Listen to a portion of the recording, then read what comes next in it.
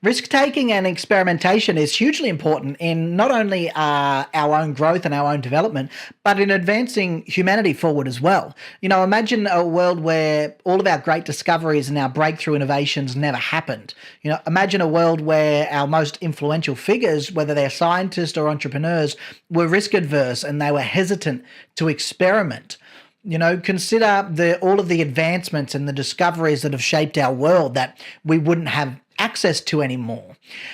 Risk taking and experimentation are the driving force behind all of these achievements. A lot of these scientists had to fight for the right just to experiment and to be able to do the things that they wanted to do. Marie Curie was a female scientist, won 2 Nobel Prizes, and had to fight to be a scientist, had to put her husband's name on her work just to get started. If we didn't have people like that taking risks and experimenting and pushing the envelope, we wouldn't have the world that we've got today. So let's take a little bit of a look at a neuroscientific approach to encouraging risk-taking and experimentations as a mean to enhance our resourcefulness and our efficiency as well. And one of the reasons that we may find risk-taking and experimentation a little bit tricky is it does go against the natural way that our brain wants to work. Our brains are really wired to prioritize safety and to minimize risk. And this evolutionary trait has served us really, really well when survival was our primary concern. But in today's world, we're a little bit safer. There's not things trying to eat us around every single corner, aside from capitalism. And so we're able to take more calculated risks, and we're able to experiment with new approaches so that we can continue to progress as well. And when we understand a little bit of what's going on, that can help us to overcome our innate natural aversion against risk-taking so that we can develop a more resourceful mindset as well. And one of the key brain regions that's involved in risk evaluation is the amygdala, and that's what processes our emotional responses, which include fear and reward. So when we're faced with uncertain or potentially risky situations, this is when your amygdala activates and it triggers that fear response. And this can often lead us to avoid taking those risks as well. But your prefrontal cortex is also at play. This is responsible for a lot of your executive functions.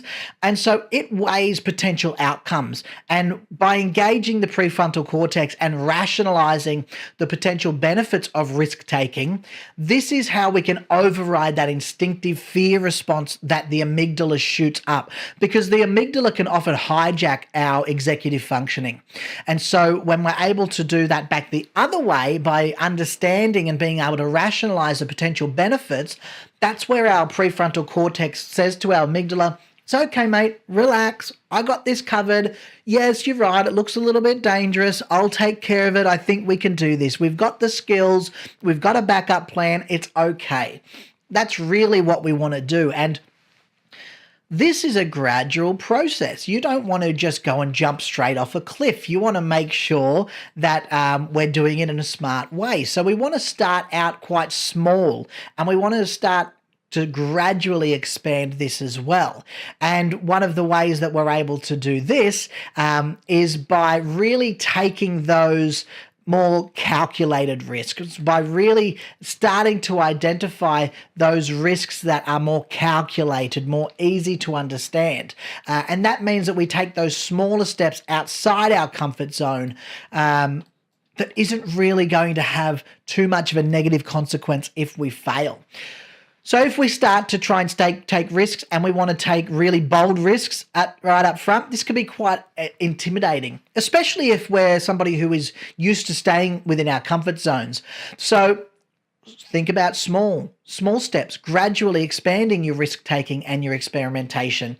And when you begin by identifying low-risk opportunities to step out of your comfort zone, this means it could be something as simple as speaking in a meeting when you're usually quiet. It could be trying a different approach to a familiar task. We're not talking about go out and take up kite surfing tomorrow. We're just talking about these little things because, like everything, risk-taking is a skill, and we want to take time to experience some success with the risks that we take build some confidence so that we can progressively challenge ourselves with higher risk endeavors, higher risk endeavors, higher risk endeavors. And this gradual exposure, it allows your brain to adapt and to rewire the neural pathways that are going to stop that amygdala's fear response. And it's going to reinforce the resourcefulness and the efficiency that is associated with risk taking. So that's what we need. We need old mate amygdala to just relax for a second, executive functioning, prefrontal cortex to understand the benefits so that we can actually go out there and make it happen.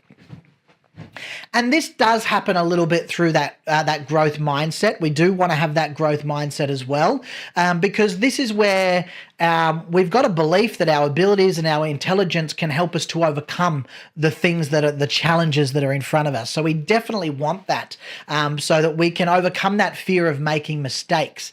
Embrace that failure as a learning opportunity as well, because when we're able to look at that failure as a learning opportunity, what's actually happening inside our brain is failure triggers activity in our anterior cingulate cortex. And this is really interesting. And just take a minute to understand this, because for me, when people say things like reframe failure as a learning opportunity, I sort of used to think, what do you mean? I failed, I failed. Yeah, okay, I get the concept, reframe it as a learning opportunity, but I'm not trying to learn. I'm trying to do something. I don't want to fail, I want to get it right.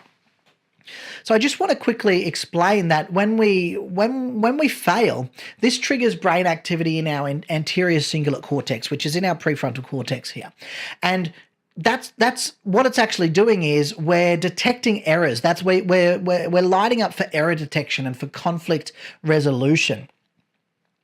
And so naturally, what our brains actually are doing is that activation signals an opportunity for our brains to learn and to adapt. So naturally, failure, we do see it on a neurological level as an opportunity to learn and adapt. And all of that frustration that comes along with failure and all of those negative connotations, potential shame or frustration or anything else that comes along with it, negative, we are bringing that to the party. Our own biases, our own experiences, our own mindset, not our own natural order of how we do things, because our brain is geared to detect errors and to want to resolve conflicts. So our brain already sees failure as an opportunity for learning and adaptation. If you don't, it's you that is bringing that to the table. So take time to think about what else can you do, and that comes through reflecting on the lessons that you learn and taking steps to proactively refine those strategies and refine that approach. And that's going to help you to enhance your resourcefulness so that you can become more efficient as well. So ask yourself, do you reframe failure as a stepping stone to success? And if not, what can you be doing to implement what strategies can you bring out to implement to reflect and to learn from failures as well? Because your brain is doing this already. So if you get frustrated at those failures, that's on you. That's something that you need to overcome as well. Now, to help that, we can seek out diverse perspectives. We can encourage collaboration as well. We can cultivate curiosity. And the big thing really is just to take the time to reflect and to learn from what we've done as well. If we don't learn, and if we don't proactively engage in what's happening, we're never going to get past where we're at. We're never going to actually be able to move forward.